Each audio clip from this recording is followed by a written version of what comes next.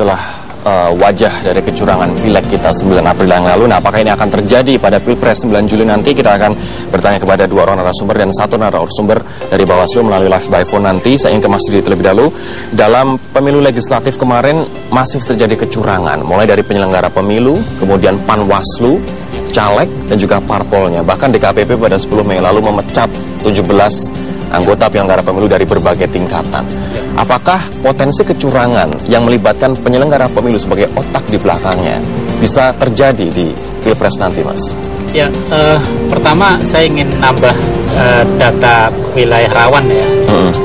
Bawaslu belum menyebut Malaysia sebagai wilayah yang paling rawan untuk luar negeri. Luar negeri. Karena apa? Di 2004 itu ada kasus 50.000 surat suara dicoblos oleh petugas yang bukan hanya petugas ya, petugas dan beberapa orang yang terlibat di pemilihan di sana. Saya kira potensi kecurangan di sana akan tinggi. Nah,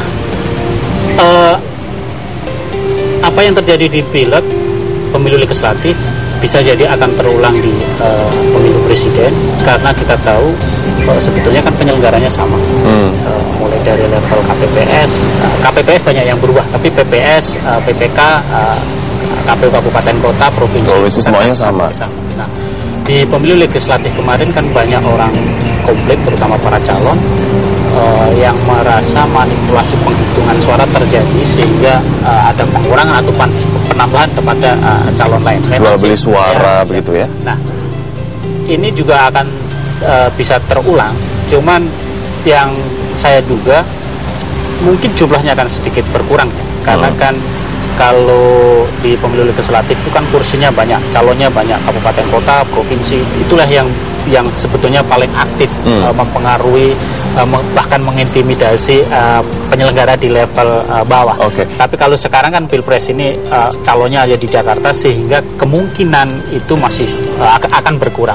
Meskipun demikian, kita harus tetap waspada. Tapi kalau misalnya tadi Anda mengatakan bahwa oke lah, kalau misalnya untuk pileg kemarin calonnya di daerah-daerah, sehingga konflik horizontal lebih rawan terjadi daripada pileg yang lalu. Sementara kalau Pilpres di Jakarta. Tapi yang menjadi pertanyaan adalah keterlibatan dari penyelenggara pemilu.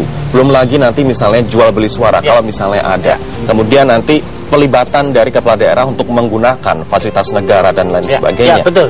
Karena kita tahu sebagian besar penyelenggara di level bawah itu sebetulnya direkomendasi oleh aparat di level bawah juga. Jadi PPS, PPK direkomendasi kepala desa dan camat, kemudian bahkan KPU kabupaten kota direkomendasi oleh bupati.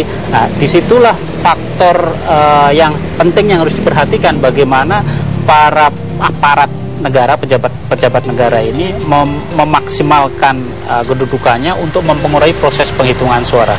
Jadi kalau soal pemungutan suara mungkin akan clear ya, dalam arti pemilih bisa melakukan secara bebas pilihan-pilihannya pada saat di bilik suara. Tetapi ketika suara dihitung dari PPS ke TPS dari TPS ke PPS ke PPK, disitulah titik rawan harus kecurangan justru malah terjadi ya. Nanti saya akan bertanya kepada Bang Margarito terkait dengan fenomena kemungkinan adanya kecurangan dalam Pilpres nanti.